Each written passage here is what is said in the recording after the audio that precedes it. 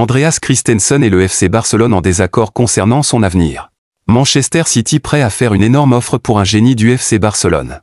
Hansi Flick face à un grand dilemme avant le match contre le Borussia Dortmund. Là sont quelques-unes, parmi les multiples actualités que nous vous partagerons dans cette vidéo. Salut à tous, bienvenue dans cette nouvelle édition d'Information.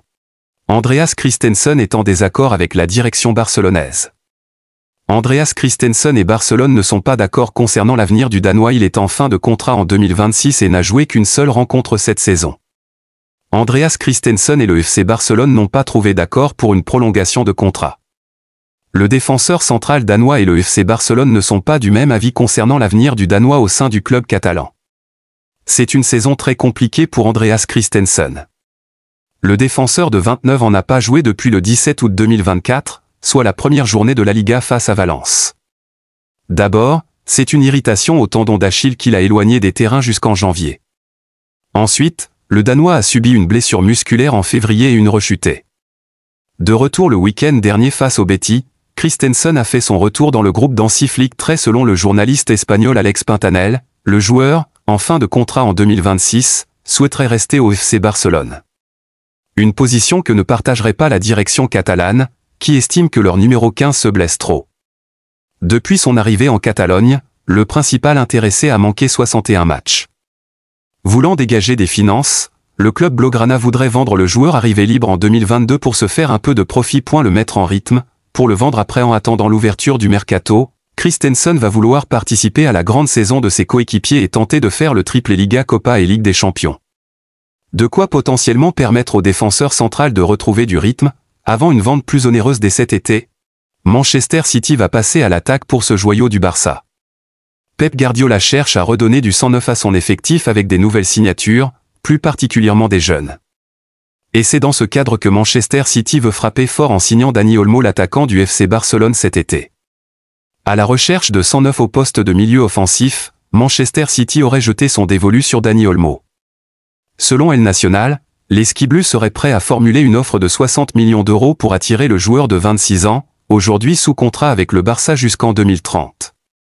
Formé à la Masia puis révélé à Leipzig, Olmo s'est montré intéressant cette saison avec 8 buts et 5 passes décisives en 28 matchs. Pep Guardiola verrait en lui un profil idéal pour dynamiser son entrejeu et débuter un nouveau cycle à l'Etihad. Toujours dans une situation pas stable du côté du FC Barcelone avec une inscription auprès de la Liga qui badine, Dani pourrait prendre une décision inattendue lors du prochain mercato et se diriger vers l'Angleterre. Très apprécié par le président barcelonais Joan Laporta, il y a peu de chances que le FC Barcelone acceptera de lâcher un joueur encore très estimé en Catalogne sans aller aussi vite.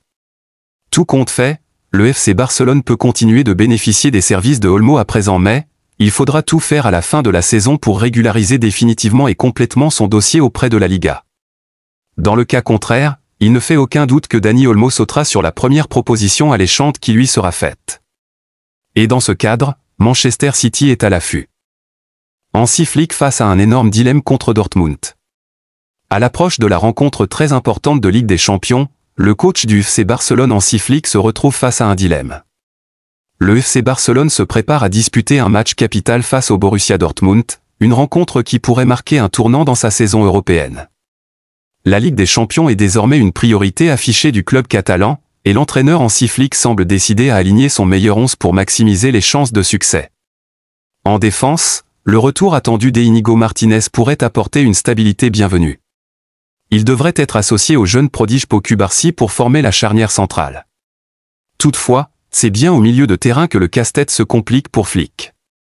Si Frenkie de Jong et Pedri font figure d'incontournables dans l'organisation du jeu, la question reste entière quant à l'identité du troisième homme qui complétera ce trio.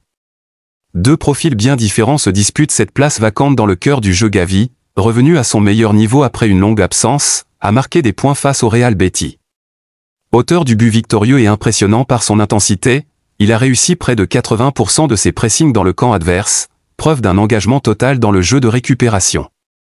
Sa capacité à permuter avec Pedri et à fluidifier les transitions entre les lignes a renforcé sa position de favori. Pourtant, Fermín López n'a pas dit son dernier mot. Titulaire contre l'Atlético de Madrid en Coupe du Roi, il a également brillé lors de son entrée contre le Betis, en remplaçant Pedri avec beaucoup d'impact. Sa fraîcheur, son sens du rythme et sa volonté de se projeter vers l'avant pourraient convaincre Flick d'opter pour une option plus offensive. L'entraîneur allemand doit désormais choisir entre la continuité avec Gavi ou la prise de risque mesurée avec Fermin.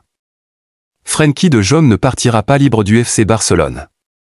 Âgé de 27 ans, Frenkie de Jong a connu 18 apparitions et marqué 2 buts cette saison en Liga avec le FC Barcelone. À longtemps en conflit avec ses dirigeants, le milieu du FC Barcelone refusait de prolonger.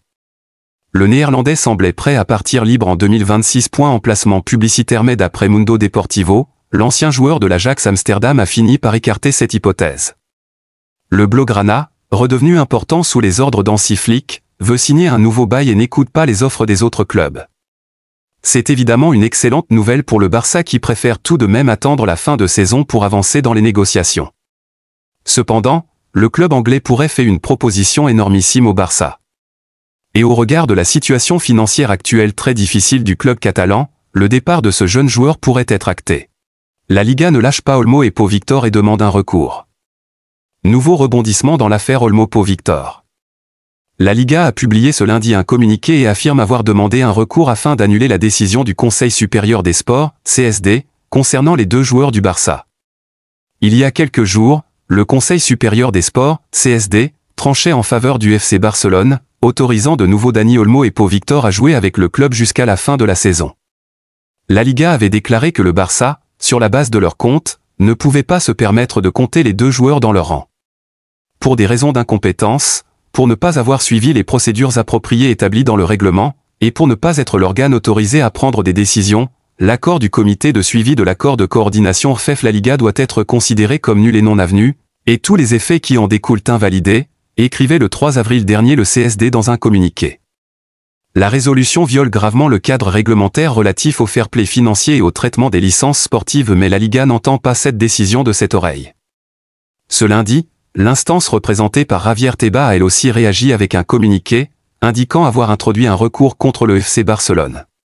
La Liga demande l'annulation de la décision du CSD et ainsi la mise à l'écart des deux joueurs, qui ne devraient pas figurer sur les listes du club. La résolution viole gravement le cadre réglementaire relatif au fair play financier et au traitement des licences sportives. Elle porte atteinte à l'intérêt général de la compétition et compromet son intégrité en violant le principe d'égalité entre les clubs. Tout cela justifie la nécessité d'une réponse judiciaire urgente. Les mesures conservatoires demandées visent à garantir l'équilibre compétitif et la viabilité financière du football professionnel, indique la Liga dans son communiqué.